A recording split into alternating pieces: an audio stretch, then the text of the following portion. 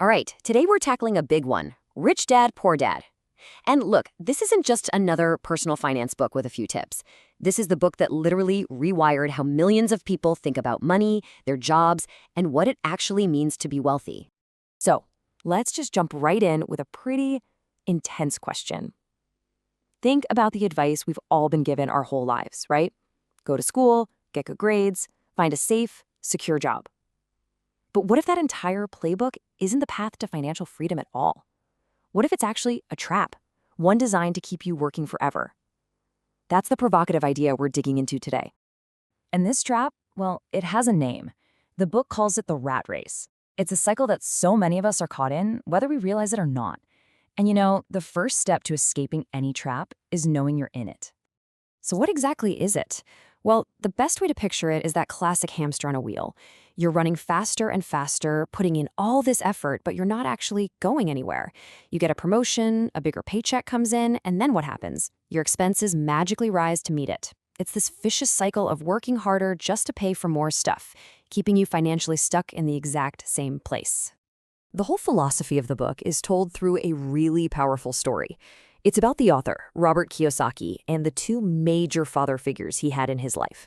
And each one taught him a completely different, wildly different, lesson about money. So on one side, you had his poor dad, who was his actual biological father, a highly educated man with a PhD and a stable government job. The kind of career that's supposed to mean you've made it. Yet he struggled with money his whole life. Then, on the other side, there was his rich dad, his best friend's father. This guy dropped out of school in the 8th grade but became an incredibly successful entrepreneur. Their paths were polar opposites, and so was their advice. Poor dad's advice? Well, it probably sounds really familiar to most of us. It's that conventional wisdom. Study hard so you can find a good company to work for.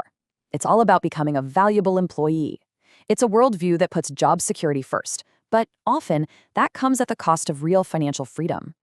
But Rich Dad's philosophy just flips that whole idea on its head. And this, right here, this is the core mindset shift of the entire book.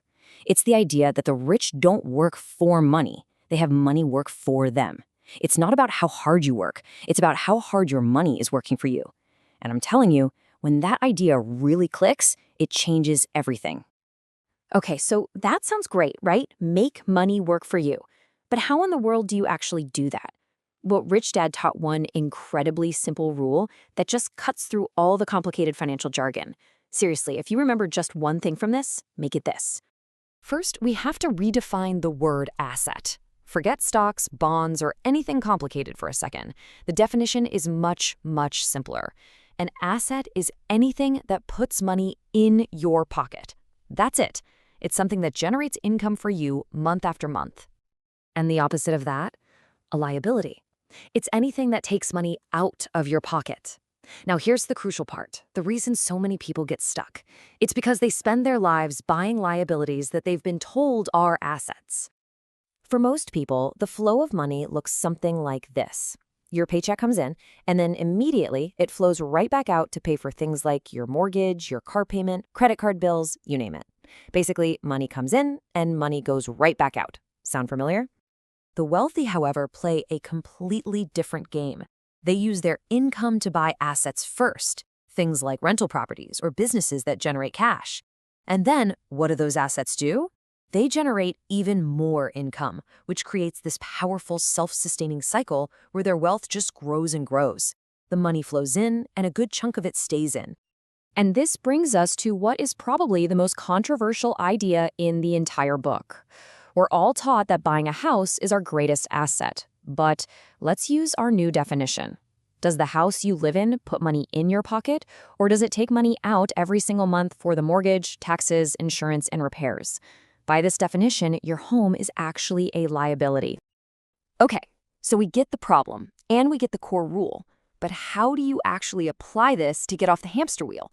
Well, Rich Dad provides a surprisingly clear roadmap to escape the rat race for good. The strategy is actually pretty straightforward. And no, step one is not to quit your job.